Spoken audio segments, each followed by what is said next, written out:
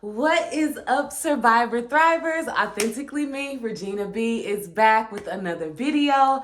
How are you? I hope you've been well. I hope you've been in good health. To my latest subscriber, thank you for subscribing to the channel and welcome. This is a channel where we're going to be going through different therapy workbooks, and I'm just going to be sharing my journey with you to hopefully encourage you to start a journey of your own. Currently, what we are going back through for the second time is the original book that started this channel. It's Not You, It's Them, 30 Days of Hope and Help for the Adult Child of a Narcissist by Debbie Tudor. As you can see, and this is all jacked up, and that is because I don't know if any of you guys saw my last video or made it to the end of the video, but our family has a 5-month-old puppy. She'll be 5 months on the 21st of this month. German Shepherd puppy. And so, baby, if now she can jump up onto stuff. I'm training her to not jump up on like our dining room table, but she is big enough now to where she can get her paws up there and get stuff that's up there. So, she's teething, so she got to my book. But this is the original book that started this channel. This is the original journey that started this channel. So if you ever want to see where I was when I first started this channel with this particular therapy workbook, I really encourage you to go back about 2 or 3 years and go through those videos and then come back to these and see where we're at along the journey. On the previous videos, I would sit down. I would go through the book first. I would sit down. I would do all the work, and then I would come on and share with you what I discovered or what I journaled or what I wrote in the workbook. This time, I'm just going through it day by day. I may do 2 days today because I really want to get us, I want to get through this book and I want to move on to our next therapy workbook, which I haven't decided which one it's going to be, but just ready to move on to something new. And I also kind of want to do reaction videos, because I enjoy reaction videos, but I more so want to find something that's going to help us Survivor Thrivers. So maybe if there's like a movie out there about a narcissist mom. I had thought Mommy Dearest, and then I was like, oh, that'll be too triggering. And maybe not the whole movie, but just the parts where she's being manipulative, the mother is being manipulative and everything like that. And not a lot of people have seen that movie. And then another idea was for me to go, because there's other therapists and different people that are on this platform that I do watch, that I wouldn't mind doing like a reaction video to. But anyway, let's get into this. We are today 23. And again, like I said, I can go ahead and go through this. I might go through 2 days of this. I have some space, some grace. The puppy dog is taking a nap in her cage. My son is out doing his thing, and my children are still at school. My little children are still at school. Anyway, so let's get into day 23. And shh, don't tell my son this is his hoodie. This is his. Anyway, so day 20, I'm going to put it back. I'm going to hang it up. I'm going to put it back. All of that. Day 23, grieving what can never be. The quote says, how mother responds to our basic needs tells us about our importance to her. Jasmine Lee Corey, the emotionally absent mother. That's the quote. One of the most useful and emotionally difficult books I've ever read, The Emotionally Absent Mother, gives examples of what a healthy parent is. Reading about mothers who cuddled their children, read them stories, listened empathetically to their fears and sorrows, gave them messages of, I'm glad you're here and I enjoy you, was a window into what I saw in my friends' families, but not in mine. I had to grieve what I missed and let go of the idea that it would ever be different. When my clients push and suffer to try to get their parents to see, in the secret and often subconscious hope that the narcissistic parent will wrap their arms around my client with voluble apologies, they are resisting the grief that must be done in order to move forward. Because a narcissist does not change. They see no need to. My thoughts on that. So I always enjoy how she starts it out with a quote. I enjoy the quote of how mother responds to our basic needs tells us about our importance to her. I definitely agree with that. I see that in my children as well. Even if I'm distracted and they're excited and they're trying to tell me something and I'm listening to them, but I'm not engaged, like I'm not looking at them. I'm cooking, the hamburger meat. I could be trying to do something on my phone. Because I do a lot of my personal training stuff on my phone. I put in the workouts and anyway, or I could just be distracted on YouTube or doing something like that, and they're trying to tell me something. If I'm not engaged with them, I can see, and I just happen to look up and they're like, mommy, mommy. And they're trying to tell me the story. But if I'm not like looking at them, they'll be like, and so mommy, mommy. Sometimes I'll catch them like, never mind. And that's a cue for me. Like, that is a cue for me to be like, wait, what? Whoa, I'm sorry. I was doing this on my phone. What was you trying to say? And I'll just sit there and I'll like try to make my eyes like I'm like, yeah, okay. And I always make sure that I match their energy. Like, oh my gosh, that's so exciting. That's so interesting. I'm so happy for you. I'm so proud of you. Or if they've fallen outside and they come in and they're crying and they're like trying to show me something, I try to make sure that I match that energy of like, oh, I'm sorry. Are you okay? Stop crying. It'll be okay. We fall down. That's just to make sure that we don't do whatever you was doing again to hurt yourself. So anyway, I see that in my children, and I see that how I respond to them, it really affects them in a positive way and sometimes in a negative way. And I have to make sure that I cue myself and I listen to those cues when I'm like not being engaging with them, when I'm being distracted or something like that, or making sure that I tell them, right now I'm doing something, give me a couple of minutes, let me finish what I'm doing, and then come back and tell me a story. And they're always just like, okay. So anyway, that's that. But I do agree with that. I feel like, yeah, my basic needs were met. I mean, I had shelter, I had food. We would hug sometimes. I was never allowed to like touch her hair. And even if I hugged her like in the wrong way, she'd be like, and even though she would try to make it like it's still, looking back on it, it hurt my heart, for her to do that. So yeah, it told me that getting comforted through touch was a no-go. Okay, one of the most useful and emotionally difficult books that she's read. I have not read that book. I may check it out and maybe we'll go through it on the channel, but it's called The Emotionally Absent Mother. And she gives examples of what a healthy parent is. And when she goes into talking about like children who were cuddled, parents who read them stories and listened to their fears and sorrows empathetically and gave them messages of I'm here and I enjoy you. When she says that was a window into what she witnessed in her friend's family, that is so true. Now, I did witness some dysfunction in some of my friends, but just from my background, from the 6th grade on through high school, I lived in a predominantly white area and went to predominantly white schools.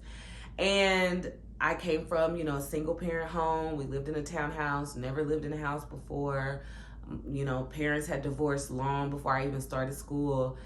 And the friends that I had, they had 2-parent households. And their mom was there. And I would sometimes go home with them after school and their moms would be there. And they would be like, oh, hi, who is this? And they would have these pantries full of snacks. And they would have these really cool rooms. And I just used to enjoy going over there so much because it was so different from what I experienced. But yeah, I saw that growing up. And then the fact that I was African American, and I'm seeing like, okay, a lot. There was only maybe,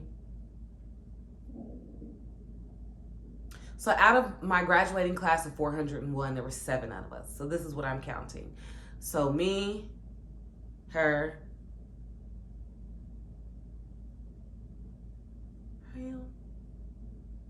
him, and the other one wasn't a single parent home, but her father passed away. And so she ended up, so out of I won't count her because her dad was there, but there, out of 7 graduating people, 4 of us came from single parent homes. And so, yeah, but I used to see that, you know, and I also would see them talking to their mothers in a certain way, and their mom like, I don't understand why you're so can you explain to me? And I would just be like, you can talk to your mother like that?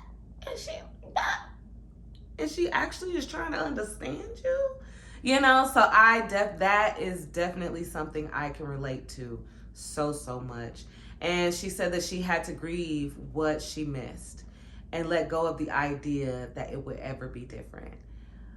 I mean, at that age, I don't know if I knew to grieve. I don't know. You're a kid, so my reality was my reality. When I went home, I was by myself, and it was me and her. As an adult, I would say I knew from a very young age that I wanted to be a mom. I always knew I wanted to have children. Like, me and my sister would play church, and I would be the lady, and she would be the pastor, and I'd be the lady with the baby, and I'd pretend, and I'd be like, preach. So I always knew at a very young age I wanted to be a mom. When I went through my experiences from 6th grade to my senior year, I had other ideas. Like, at one point, I think I wanted to be a photographer, but I always knew I wanted to be a mom. I would play this game called MASH, Mansion, Apartment, Shack, and you write all this stuff down, you pick a number, you go through it, and then you X out whatever the number lands on until you get to the last thing in the category. And it was obviously centered around what your life would be. And so when she says she had to grieve what she missed and let go of the idea that it would ever be different, it is different for me.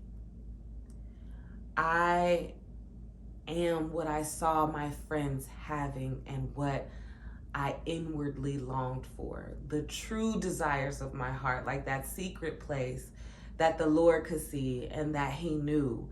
And even those hopes and those dreams that I was too afraid to even send up to Him. Because, I mean, isn't this what the African American experience is? A single parent mom, you know? And so, but exposing us moving to suburbia and exposing me to that showed me something different. There can be something different. And it turned me into a person that was like, oh, okay, not a lot of brown people, not a lot of black people do this. I'm gonna do that. I'm gonna go here. You know, not a lot, you know, people looking at you like, what are you doing? Yep, I wanna try it too. And so that just, but it was something that was buried in there. But as I got older, and especially once I got with my husband, and with my youngest son, I did work with him until I got pregnant with my daughter. So I was working from, I had my PTO, not my PTO, but my FMLA, family off stuff. And then from the time that he was like 12 weeks to the time that he was 7.5, I worked. And it started out in corporate, then it went to me doing hair. And then once I got pregnant with my daughter and I had my fibroid complications, and if you ever want to leave a comment, let me know. If I ever share stories with you that you want to hear more of, let me know. But I had fibroids with my daughters, and I didn't know when I got pregnant with my oldest daughter that I had them. So I had some complications and I couldn't stand on my feet. So that's what kind of took us down the road of me becoming a stay-at-home mom, because I was an independent contractor. So at that point, I wasn't making any money because I wasn't going into the salon. And so I had to stay off my feet. So with her, that's when I became a stay-at-home mom. And she's about to be 11 years old. So it is different. No, my childhood can never be different. And I can't go back, and I would not go back. But my children's reality is different. And so when she says it can never be different, she had to let go of the idea that it would ever be different. You got to let go, because now you're grown, or you're whatever age you are. But you can be that difference in the lives of your children and in the lives of your family. So, and I'm very grateful for that. And so then she says, when my clients push and suffer to try to get their parents to see, in the secret and often subconscious hope that the narcissistic parent will wrap their arms around my client with voluble apologies. Yeah, I mean, I hope that too. I did. I think recently, after turning 40, I think I let go of that hope. I think even recently, once I turned 41 and I was just kind of considering everything, I remember I was like, I'm 40 and she's 21 years older than me, so she's 62. So I'm coming up on being almost halfway done with my life, God willing. Give me many years, Lord, please. And she's over halfway of living majority of her life, you know? And so I was thinking, I'm like, wow, if I went another 40 years without talking to her, you know, I'd be 81. And God willing, she'd be 102, 103. And I thought about my friend who had been no contact with her mother for 6 years. And her mother ended up passing away. And I remember talking with her and just asking her, like, how do you feel? And she was like, oh, I already grieved it. I grieved it such a long time ago. And so I think that's where I am right now. I'm okay if it's 40, 10, 40, however many years. Let me go, because this iPad is like tripping out. Hold on. I don't know if y'all can hear it, but when iPhones or iPads, the chargers start to get bad or go bad, it'll go do, do, do, do, charge, not charge, charge, not charge. So anyway, yes, definitely have grieved that.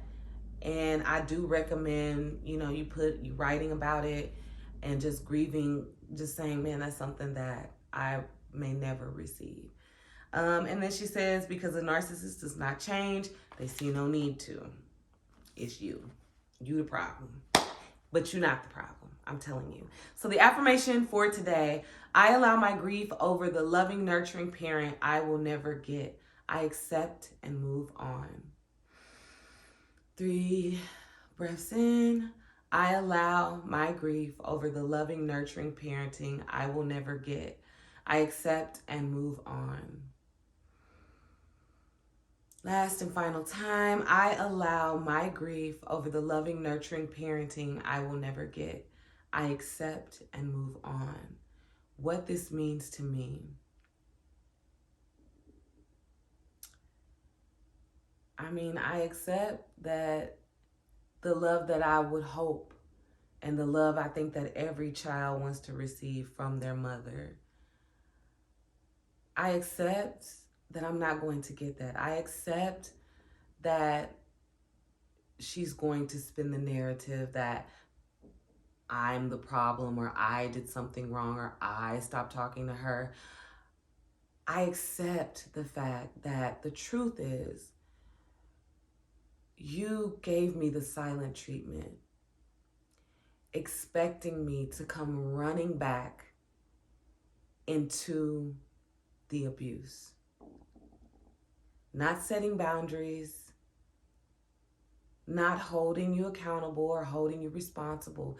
And once you saw that boundaries were being set, that accountability was required, responsibility was required, you gave me the silent treatment. I accepted and I moved on by saying, I will remain no contact. Realizing that the probability of you calling and apologizing was as likely as, I don't know, a fish living out of water. And I accept that and I move on. Yeah. Can't change it. All right, let's move on to the journal to heal, accepting what we didn't get and cannot change and how it affected our relationships. Write in the space below about any love or relationship issues that you suspect have roots in your childhood. your childhood lack of nurture? Is there a bottomless pit inside you? Does it cause you to seek love, in unhealthy people? Are you insecure and needing constant assurance? Get it out. I would say I definitely have displayed abandonment issues in my marriage with my husband. Like, I want to know, like, when he's coming back and when he's not back. I'm like, you said you were going to be back at this time. And so I've gotten so much better at it, but that is how I used to be. And it would just be this feeling of, okay, well, you're going to leave and you're probably not going to come back. And he would always be like, he would chuckle and be like, you know, I'm always coming back. Which, you know, I did, but that inner child inside of me, that woman that hadn't dealt with the inner child inside of me that was struggling with abandonment issues, was speaking loudly. Does it cause me to seek love in unhealthy people? Yes, I have attracted a few narcissistic friends, and you know, we become really, really close, and then they exhibit a trait, and it just makes me be like, oh, no, can't. So I will say, like, yeah, I tend to attract people with really strong personalities that think, you know, I don't know. Anyway, yeah. So are you insecure and needing constant reassurance? Yes, but I'm getting better. I'm getting better at not needing that constant reassurance. I carry myself in a way where people would not think that I am insecure, but I am. I'm insecure, and I have to work at building my confidence, and I'm getting better at it, and I know that one day it'll come second nature to me. What I will say about all of this, though, something that I've recently come to enjoy about my journey, is if it meant that me going through these things and experiencing the childhood traumas that I experienced, if it means that my children won't experience it, I'm okay with that. Like, I'm okay to have experienced the things that I've experienced so they won't experience it. Because they're going to have their own trials and tribulations in life, out in the world. So why would I want to make it challenging for them in their home? Now, I always say it. I am not a perfect parent. I make mistakes. I have my failures. But I realize that a lot of times mistakes and failures just show you an area where you need work. Doesn't make you bad. It doesn't make you like your narcissist parent. It's just an area where you need to work. And children are so sincere and so genuine that when we make those failures and we make those mistakes, you are able to humbly go to them and say, that was a mistake. I am sorry. You did not deserve that. And what better person to hear that from than not only your parent, but the parent that wronged you. So let me check and see where we're at on the video to see if we can go to day 24 really quick. Let's see the time. I can't see it. Hold on. We're at 24 minutes. 24 minutes, day 24.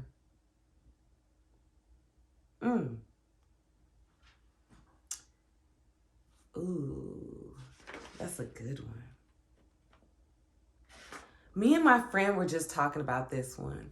So this video is going to run a little long because we're going to do day 24. But me and my friend were just talking about this.